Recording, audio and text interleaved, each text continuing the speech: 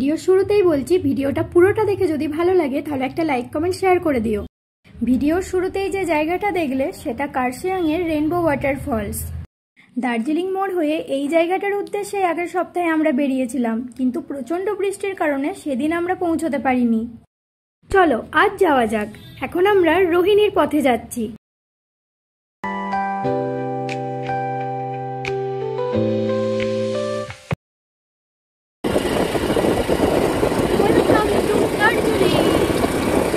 কিন্তু আমরা দার্জিলিংয়ে যাচ্ছি না।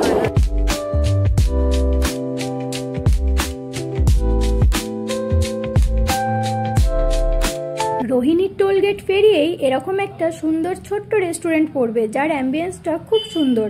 আমরাও একটুখানি কোল্ড ড্রিঙ্কস খাওয়ার জন্য ওখানে দাঁড়িয়ে পড়েছিলাম, তারপর কার্শিয়াংয়ের উদ্দেশ্যে আবার বেরিয়ে পড়েছিলাম। ফাইনালি আমরা কার্শিয়াং পৌঁছে গেছি। আমাদের ট্রাভেল ব্লগ যারা দেখেছো তারা জানো আমরা কিন্তু মাঝে মাঝেই দাঁড়িয়ে পড়ি, কারণ পাহাড় মানেই তো সুন্দর সুন্দর ভিউ, সেই লোভেই খানিকটা দাঁড়িয়ে পড়ি। এখনো অনেকটা রাস্তা যাওয়া বাকি। কার্শিয়াংয়ের পর পড়বে সোনাদা, তারপর আর একটা গ্রাম পেরিয়ে rainbow waterfall. Kurseong rail station পেরিয়ে কার্শিয়াংয়ের বাজারটা বেশ বড় আর বেশ জমজমাটি। কার্শিয়াং থেকে সোনাদার রাস্তাও একদম সোজা। সোনাদা আসার পর পড়বে একটা পেট্রোল পাম্প। পেট্রোল পাম্পের কাছ থেকে রাস্তাটার বাঁক নেওয়া প্রথম শুরু হবে। রেইনবো ওয়াটারফলস এইদিকে যাও। পেট্রোল পাম্প থেকে সোজা যে রাস্তাটা যাবে সেটা যাবে দার্জিলিং, আর বাঁদিকের রাস্তাটা দিয়ে গেলে রেইনবো ওয়াটারফলস। মানে ওইদিকে গেলে দার্জিলিং আর এইদিকে এটা।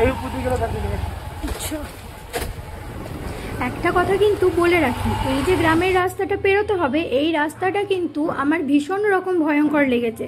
বিশেষ করে বর্ষাকালে যারা বাইক নিয়ে আসবে তারা কিন্তু অবশ্যই সাবধানে আসবে। বেশিরভাগ রাস্তাটাই কিন্তু মাটির আর বেশ ভাঙাচোরা। বাইক আর গোটাটা পৌঁছবে না, এরপর কিছুটা রাস্তা আমাদের হাঁটা পথে যেতে হবে। আহা কি অপূর্ব! চারিদিকে ঝর্ণা, বাঁশের ব্রিজ আর নিচে দিয়ে বয়ে যাচ্ছে খরস্রোতা নদী। সমস্ত ভয় কাটিয়ে এতটা রাস্তা আসা একেবারে সার্থক। পাহাড় ঝর্ণা পেরিয়ে অবশেষে পৌঁছে গেছি রেইনবো ওয়াটারফলসের একদম সামনে। দেখার পর স্তব্ধ হয়ে গেছি। একটাই কথা বলবো, প্রকৃতির কি অপূর্ব সৃষ্টি। আমার কাছে এক পাহাড় ভাঙা ঝর্ণা।